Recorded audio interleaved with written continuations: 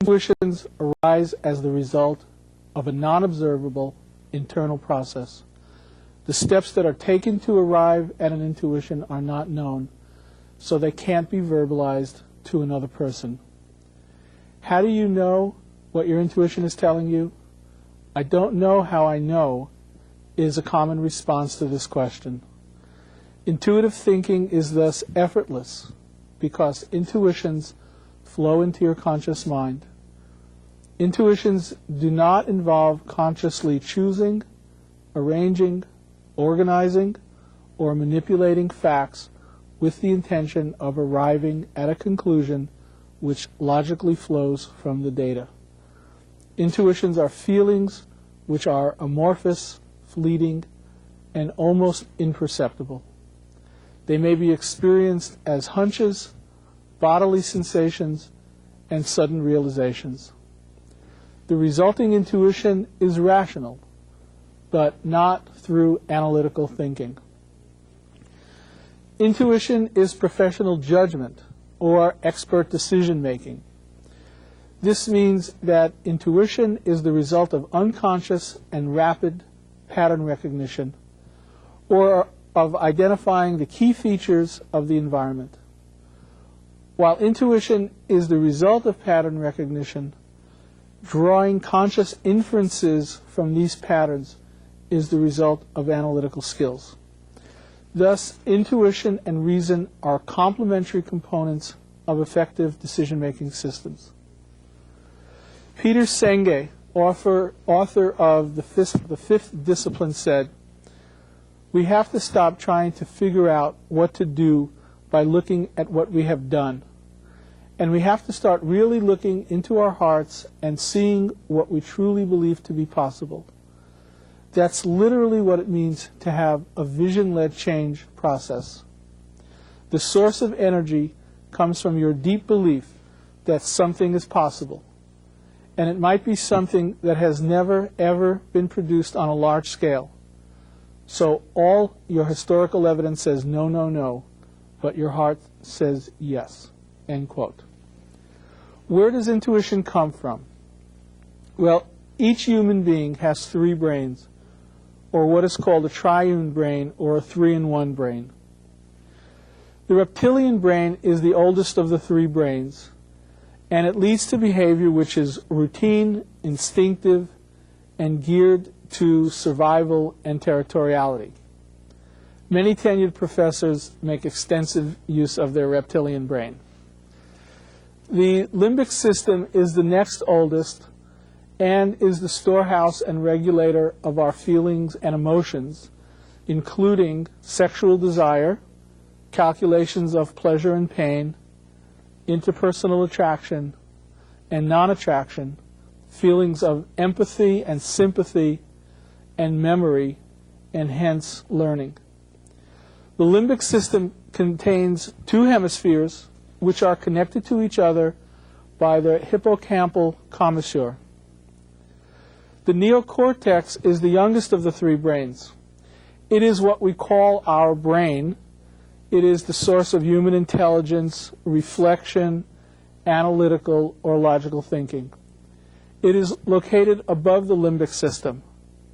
The neocortex has 2 hemispheres which are connected by the corpus callosum and its 200 to 300 million axonic fibers. These interconnections allow us to combine logic and intuition as the need arises. The human brain weighs 3 pounds, and it contains 180 billion neurons, whose interconnections have been estimated to exceed the number of atoms in the known universe. These interconnections carry information throughout the brain and between the brain and the body. One way to view these interconnections is to see the brain as a tree with many branches leading to many other branches, and so on. With so many interconnections comes the possibility for so much creativity. The neocortex and the limbic system have 4 quadrants between them. The left hemisphere of the neocortex will be referred to as the upper left. The lower left refers to the left hemisphere of the limbic system. The lower right refers to the right hemisphere of the limbic system. And finally, the upper right refers to the right hemisphere of the neocortex.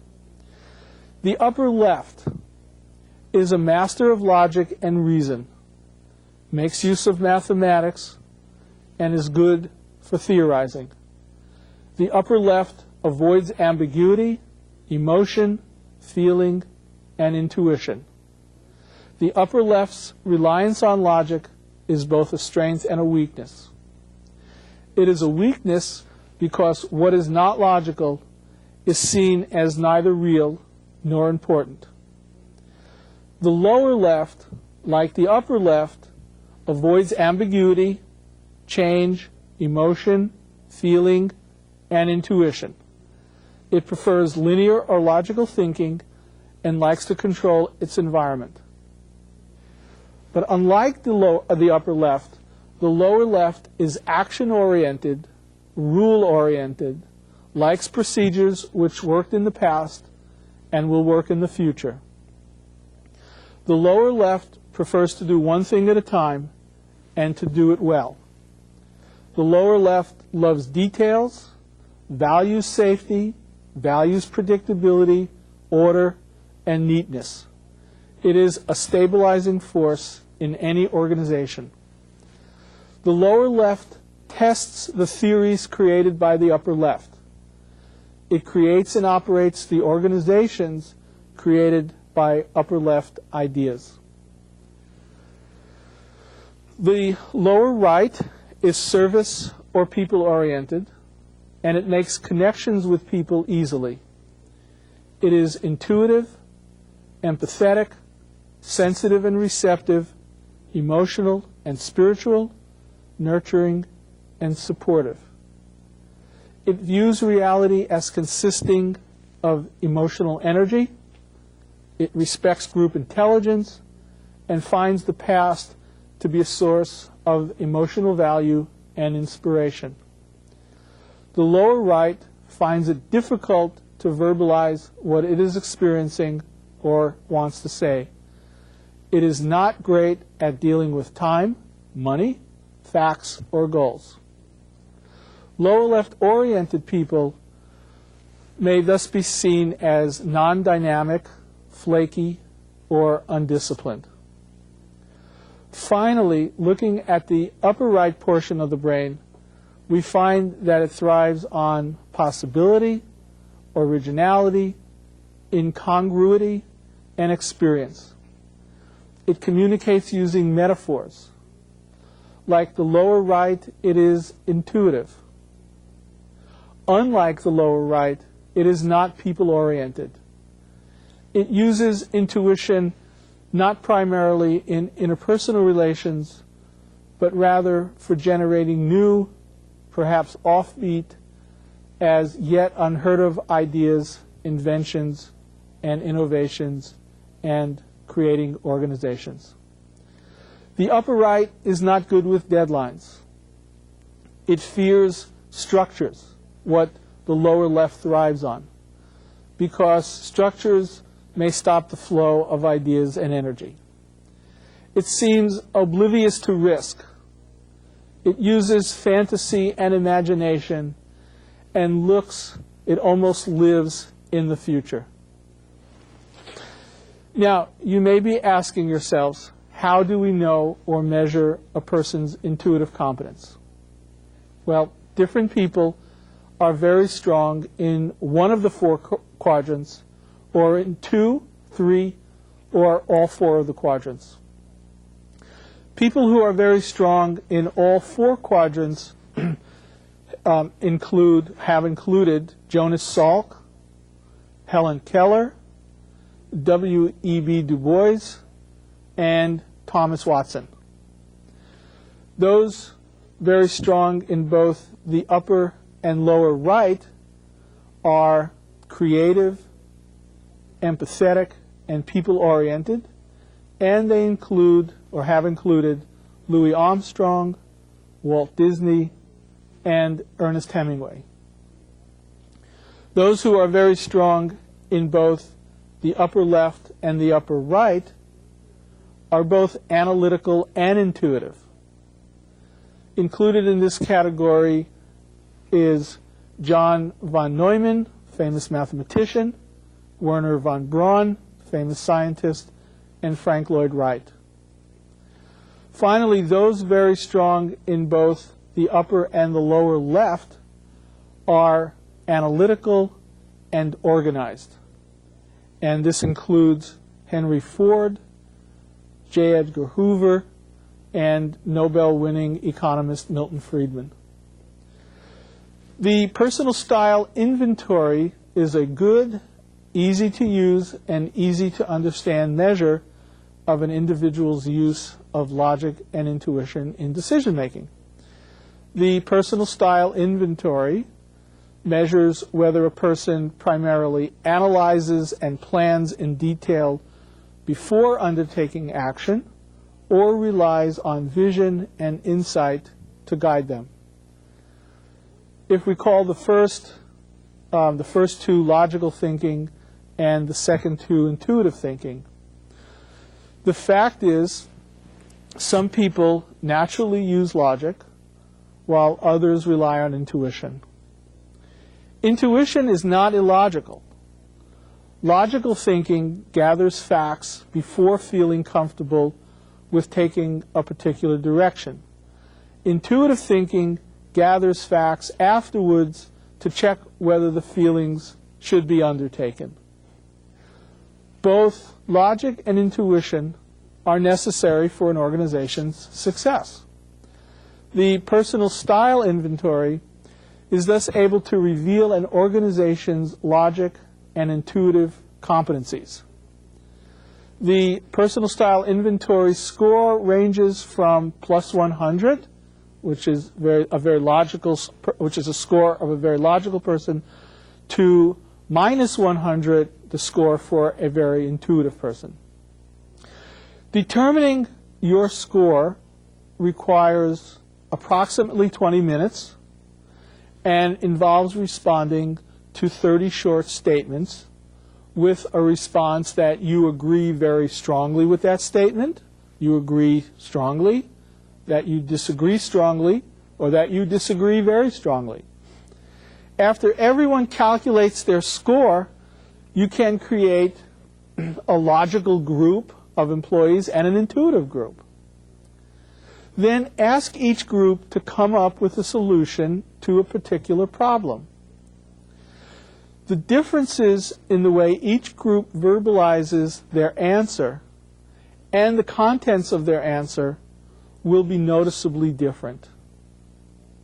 The ideal answer, however, will be a combination of each group's answer. The intuitive style is about direction. The rational style is about momentum. Both are absolutely essential. The intuitive is like a steering wheel, a compass, or a map. The rational is more like an engine or the legs we use to walk. You will quickly have everyone realize that both logic and intuition are essential for success. In doing so, the personal style inventory will empower individuals by helping them realize the contribution that they can make to the group. It will also help the group respect diversity. And both will enhance the group's productivity.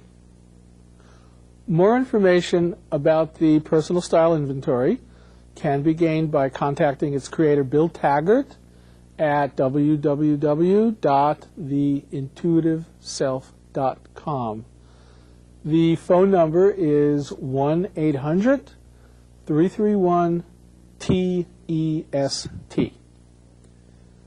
So, how intuitively competent should people be?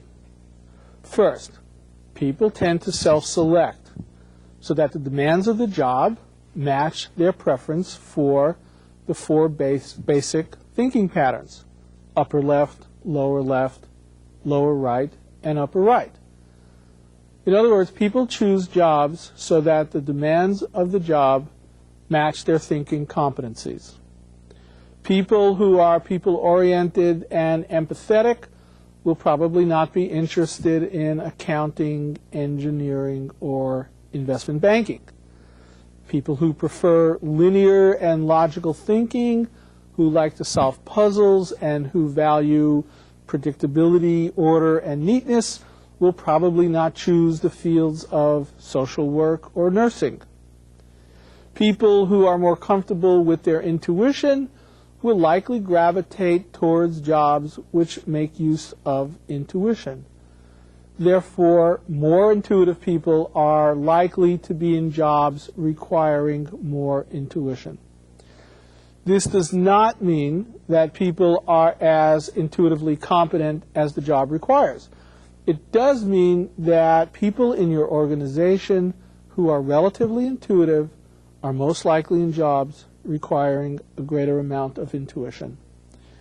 If your accountants put all the numbers in the right place and balance the books, then thank God and leave it alone. If your executive coach or human resource specialists are empathetic and insightful, then all is well. But if your executive coach or human resource specialists are doing their job by solving mathematical equations, then you have problems. And if your engineers are relying exclusively on their gut feelings, then you have problems. Of course, accountants and engineers with great insight into how to approach a problem before working out the details, and coaches and human resource specialists with logical thinking abilities are a plus. Only individuals with damaged brain tissue use only logic, and their logic is illogical. It's not appropriate to their task. Everyone uses both, everyone. Scientists, especially scientists. Economists, it's difficult to say what we do. Politicians, it doesn't matter because you can't believe a word they say. Lawyers, forget lawyers. Let's look now at some of the cultural perceptions about intuition. Science uses both logic and intuition. We can think of science as developing ideas and testing ideas. Developing ideas is a product of both intuition and logic. It's a process in which logic and intuition interact continuously with each other. Developing new ideas is about exploring the unknown. Exploring the unknown logically is an oxymoron. Leaps of faith are definitely required. Testing ideas is done in a logical, rational manner. Many scientists, frankly, do not distinguish the use of intuition and logic in the development of ideas from their use in the testing of ideas.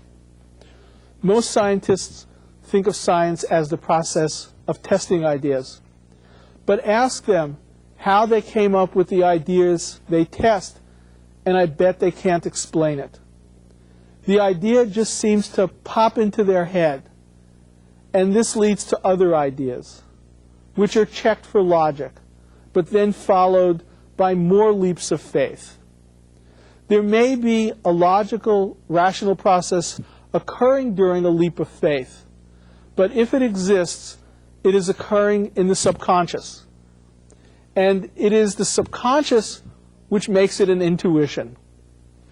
Of course, there are smart people who pride themselves on being scientific, whose false pride leads them to reject the notion of intuition. Does anyone believe that when Muhammad received the Quran from the angel Gabriel, that he did so through anything approaching logical reasoning? Muhammad described it as seeing a light and feeling that the angel Gabriel embraced him. In fact, Muhammad reported that the angel Gabriel embraced him so hard that it exhausted him, and that he did so 3 times before Muhammad could begin reciting the words which we know as the Quran. Muhammad also reported that the words which came from Gabriel were as if written on his own heart. Muhammad did not write and rewrite the Quran until it was logically consistent. In fact, he didn't write it at all. He simply received and recited it as it came to him from Gabriel. Others wrote it down later. At the same time, one of Muhammad's teachings is to develop both heart and mind, and to weigh everything against reason. I am reminded of a statement by the late Jonas Salk, quote, "Let intuition be your guide, with reason at your side," unquote. Islam is similar to other religions in this way. The wisdom of the religion is not the product of logical, rational analysis. In Christianity, God is three: the Father, the Son, and the Holy Spirit. The teaching that God is all three is a logical deduction from what set of assumptions? Or if you prefer, the teaching that God is three is an induction from what specific fact? God is three is not scientific, it's faith, and faith moves mountains. There is not any real objection about intuition from a religious point of view. On the other hand, if people associate intuition with religion, then their acceptance of intuition may be limited.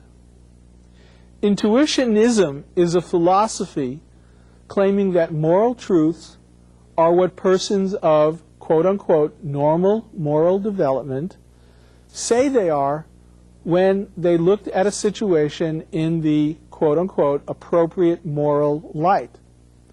The words normal and appropriate are highly subjective and should be troubling to everyone. At the extreme, intuitionists claim that intuitions, most notably their own, are infallible. While intuition is a source of creativity, intuitionism can easily be a justification for the status quo, and much worse, a building block for authoritarianism. Studies of business people worldwide show that management worldwide makes extensive use of intuition.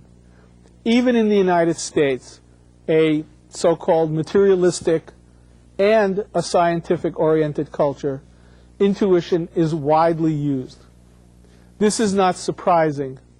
Intuition is a natural byproduct of the brain. But it may be more than that. Around 1800, a Danish anatomist, Ludwig Jacobsen, discovered an organ physically within but independent of the nose. It is now known as Jacobsen's organ. Jacobsen's organ is linked directly to the brain and is believed responsible for our unconscious ability to identify dangerous situations, to communicate chemically with others rather than verbally, and to pick up good vibes from others. In other words, Jacobsen's organ is a sixth sense. It may have been the organ of choice before humans learned speech. Every day when I drop my children at school, I tell them, the secret of success in school is to keep your mind open and your mouth closed. Well, it's good to ask questions, but the fact is, maybe we would learn more if we spoke less and listened more with our intuitive brain, our heart, and apparently our nose. I am often asked if there are any links between intuition and age, gender, or race. Well, it is said that females are, on average, more intuitive than men. Okay, first, females have more fibers which connect the left and the right hemispheres of the neocortex.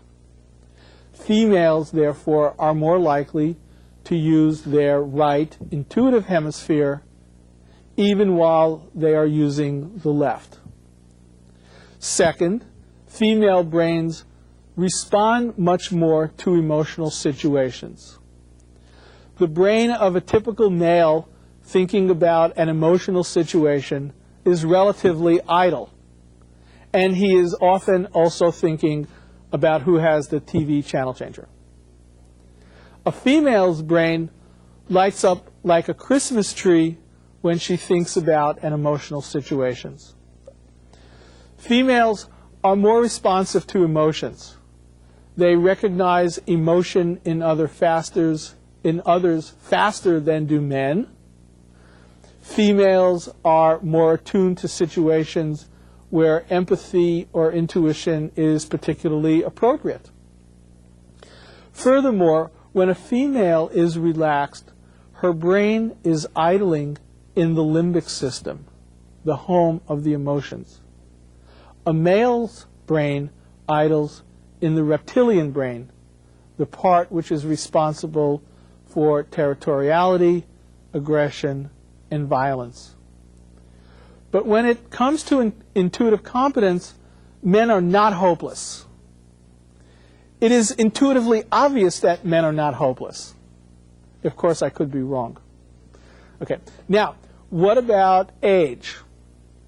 Well, in scientific work, imagination is important, but imagination requires knowledge of that particular subject.